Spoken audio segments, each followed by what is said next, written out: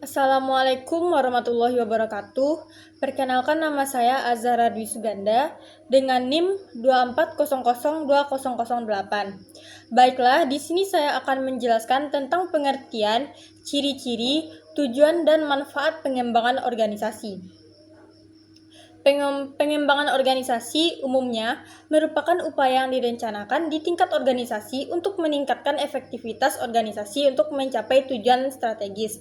Menurut Tambu Polon, pengembangan organisasi adalah suatu pendekatan sistematik, terpadu dan terencana untuk meningkatkan efektivitas organisasi serta memecahkan masalah-masalah seperti kurangnya kerjasama, desentralisasi yang berlebihan dan kurang cepatnya komunikasi dan sebagainya yang merintangi efisiensi pengoperasian di semua tingkatan.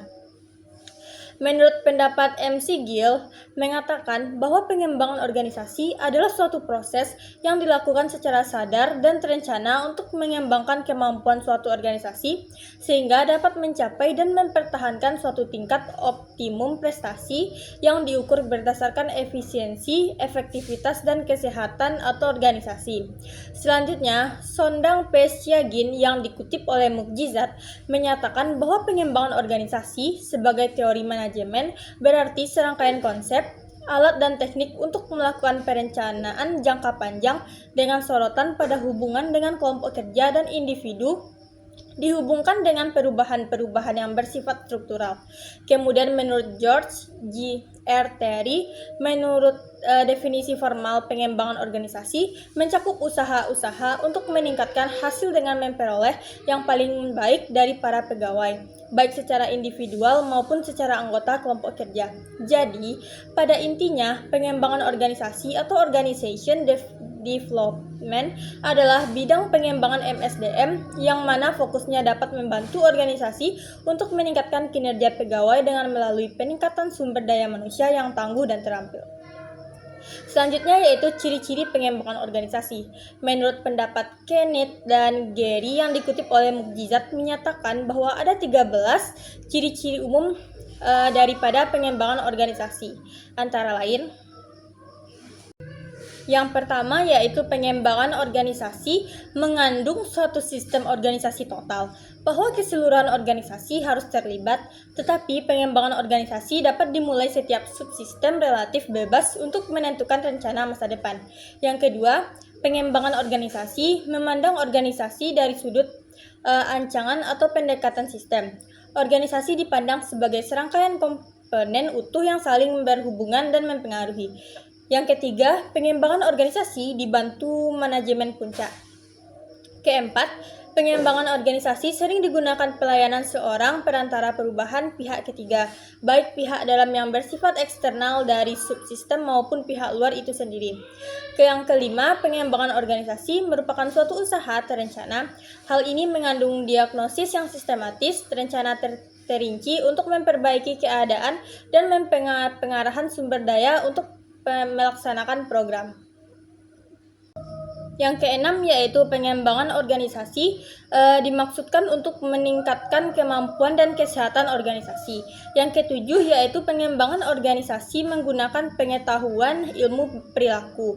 Hal ini didasarkan atas pengetahuan dan teknologi yang diperoleh oleh berbagai bidang, kepemimpinan, komunikasi, motivasi, penentuan tujuan, sikap, struktur, dan hubungan anggota. Yang kedelapan, pengembangan organisasi merupakan suatu proses jangka panjang. Yang kesembilan, pengembangan organisasi merupakan suatu proses yang terus-menerus tanpa berhenti.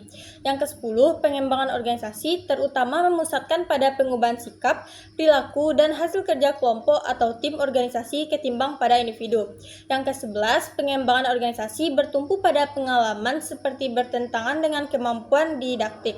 Yang kedua belas, pengembangan organisasi menggunakan suatu model campur tangan riset tindakan. 13. Pengembangan organisasi menekankan pentingnya penentuan tujuan dan kegiatan perencanaan.